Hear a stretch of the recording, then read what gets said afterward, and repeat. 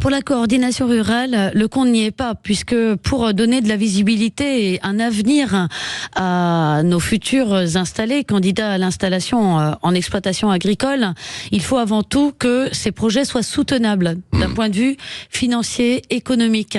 Et le mot revenu n'apparaît pas. C'est bien beau de dire aux agriculteurs, vous allez nourrir la France, mais pas que. Au-delà, vous avez un objectif d'intérêt majeur, et c'est pour ça qu'on l'écrit dans la loi, qui est de nourrir les citoyens, mais avec une définition de souveraineté alimentaire au travers de laquelle on lit qu'on s'approvisionnera aussi sur le marché intérieur de l'Union européenne, tout en respectant les marchés, les accords internationaux. Donc aucune protection pour ces exploitations-là. Oui, mais c'est parce que aussi, en échange, vous pouvez vendre à l'étranger, quoi. L'agriculture française peut aussi vendre, quoi. Oui, bien sûr, mais la c'est France... comme ça qu'on s'est enrichi il y a quelques années. Tout à fait, mais la France vendra toujours. Ses produits sont reconnus, sont de qualité, et là n'est pas le problème. Aujourd'hui, le problème, c'est que dans nos exploitations, on ne vit plus. On a perdu 100 000 exploitations ces 10 dernières années, et pour autant, ça n'inquiète pas. Ouais. Ce message n'a pas été entendu par les autorités. Pourtant, il y a eu Gabriel Attal est allé sur le terrain, Emmanuel Macron, on s'en souvient de cette discussion un peu enflammée au salon de l'agriculture. On n'en a pas pris suffisamment conscience pour mettre ça dans les textes, selon vous? La seule chose qui les intéresse, c'est la transition climatique, écologique, et c'est bien pour ça qu'on voudrait... C'est important, bien sûr. Ah, bien sûr, c'est important, mais ça, c'est avec nos finances, avec l'argent qui rentre dans nos fermes, qu'on les assumera.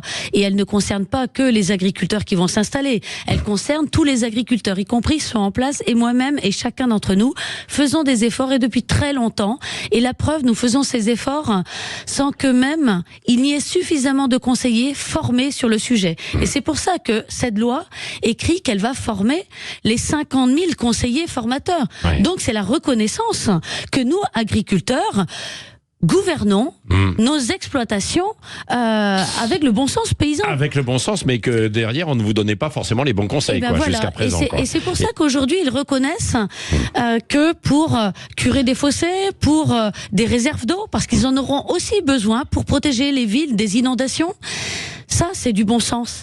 Et ça, nos anciens le faisaient. Donc, l'article 15 prévoit de raccourcir des délais qui deviendront des délais normaux. Donc ça, c'est normal.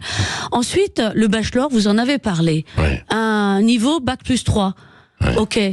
Mais est-ce que c'est ça qui va changer l'avenir du jeune ou du moins jeune qui s'installera? Ouais.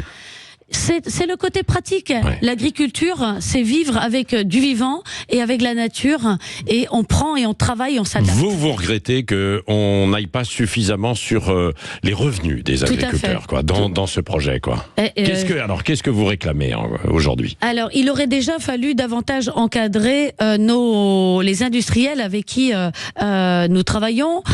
Eux, aujourd'hui, sont totalement épargnés. On me ramènera sur la loi Egalim, mais la loi Egalim ne repose que sur les contrats entre les distributeurs et les industriels.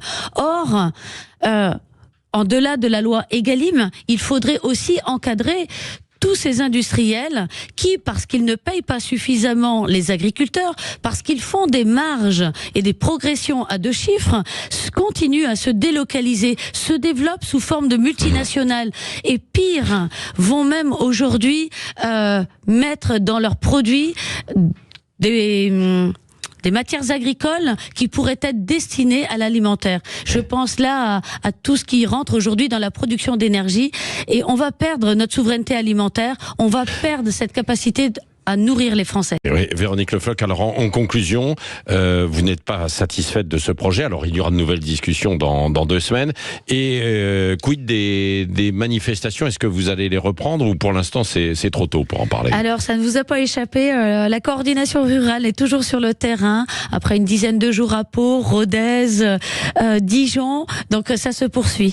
Donc, mobilisation encore, pas avec de grandes actions. Alors elles sont quand même bien visibles, elles concernent surtout et encore les trésoreries des agriculteurs, les primes de la PAC, la politique agricole commune, qui ne sont pas entièrement versées, et toutes ces attentes en termes de simplification qui tardent aussi à Mais pas venir. de grande mobilisation avec des agriculteurs dans les cœurs des villes pour manifester encore. Alors dans des grandes villes, si, Rodez est une grande ville, Oui. Dijon aussi, mais pas national. Pas au niveau national, Voilà. pas pour l'instant. Non, chacun est... voilà, ça viendra. Oui, ça viendra peut-être.